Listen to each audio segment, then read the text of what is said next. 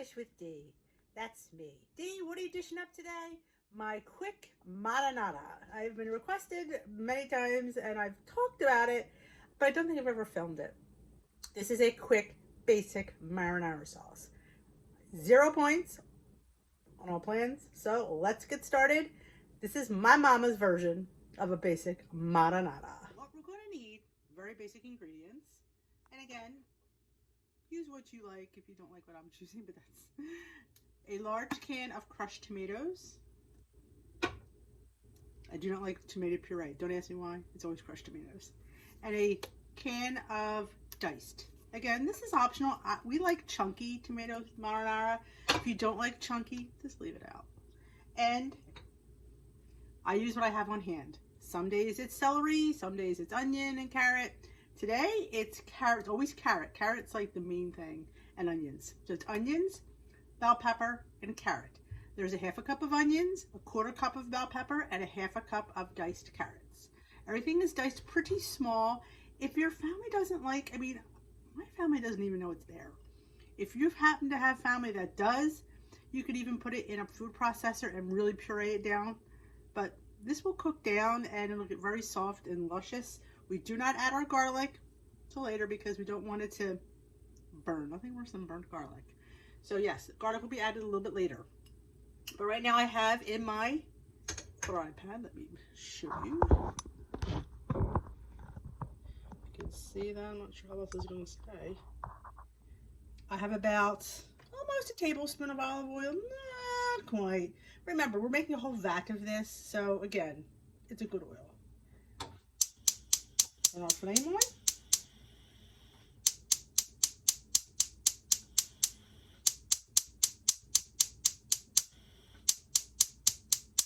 Every time I clean the stove, it makes it light. So you're going to get your olive oil, and we were going to saute these until they're nice and tender. Could take anywhere between 15 to 20 minutes, depends on, you don't want it too high. This pan has seen a lot of use. This is like, yeah, you notice it's a big deep skillet. That's what I'm using. Big deep, that's all that is. It's my big deep skillet. That's what I use to do my marinara. Again, you use whatever you choose to use, but this is what I like to use. So we're gonna wait a few minutes and let that, while this is sauteing, we're gonna open our tomatoes. Oh, also, which I didn't have out, I have a tube of paste. We're going to put a couple squirts in here. Not yet. Towards a little bit after this is after we add the tomatoes, we'll put the squirt of paste. And we'll put our spices in, which I didn't mention, but again, you put the spices that you like. All right, we just dump our veggies.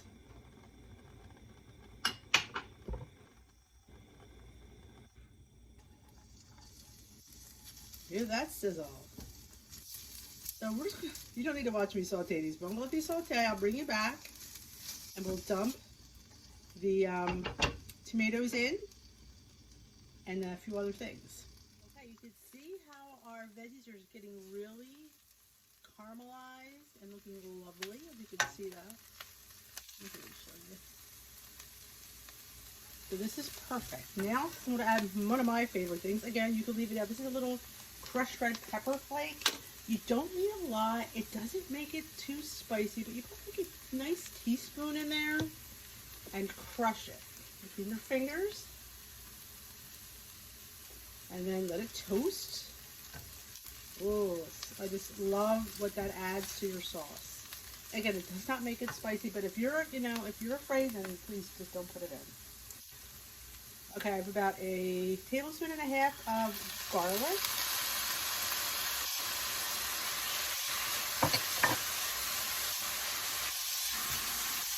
All right, fresh tomatoes in the pot.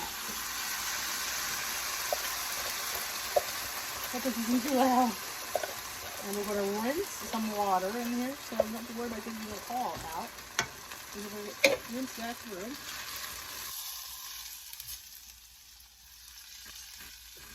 And our can of tomatoes.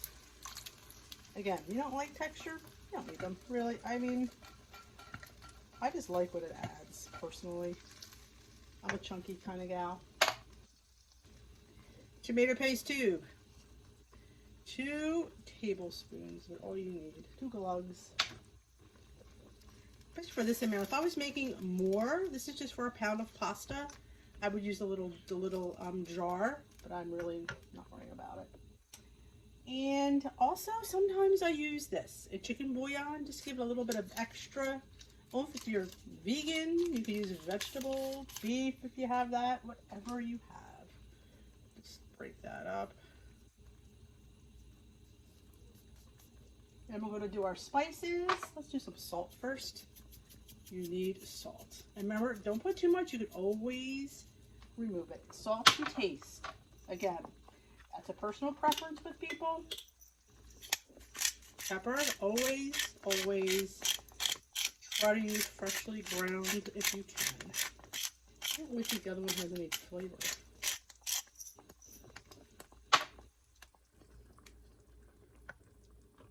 Alright, basil. Now I don't measure because that's just how I roll.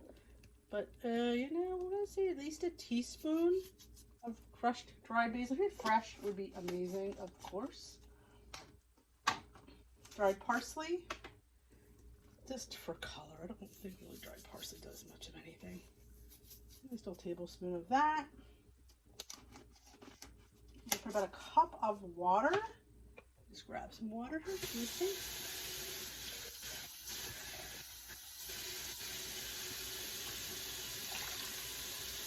You always add more if you think you need it. And again, if you like oregano, put oregano.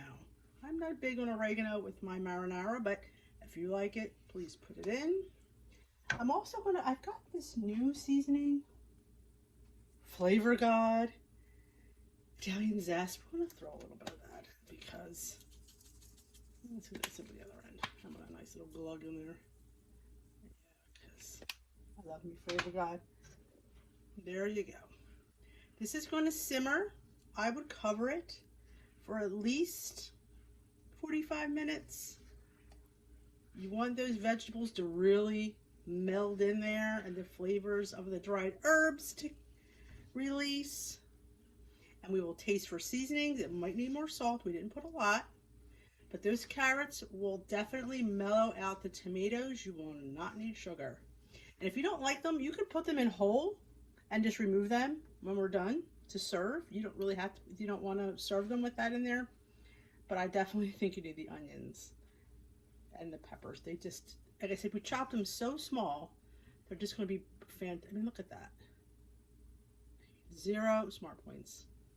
Yes, you could say you can count the olive oil, but for this much, and how much you're going to use of it, I wouldn't worry about it. That's how I roll. We're going to let this simmer. I'm going to go get my cover, let it simmer on low. We'll come back, give her a taste, and see if we need to adjust seasonings. But it smells good to me. Okay, pasta's on. That means the sauce is done. So let's taste and see if we need to adjust anything. And I will show you a close-up once I taste it. God. Perfect in my eyes. Ooh, that's good. Good. Good. Now again, if you're making a lot more, you definitely can double this. You could probably double it and freeze it. Put it in individual containers, however you like. But this is what I do when we want a quick marinara for dinner. Didn't know what to make. Didn't plan anything because I should plan. But I always have my 1 hour marinara in my pocket and comes in handy quite often. Again, you could put meatballs in there if you wanted. If you would put meatballs, I would do a beef. If you do a beef meatball, do a beef stock. You know, chicken meatball, chicken stock, turkey meatball, turkey stock. You get my drift. Let me turn you around and show you what it looks like. So that ends my quick 0-point marinara video. I hope you enjoyed it. If you did enjoy it and you want to give it a thumbs up, I'd appreciate it.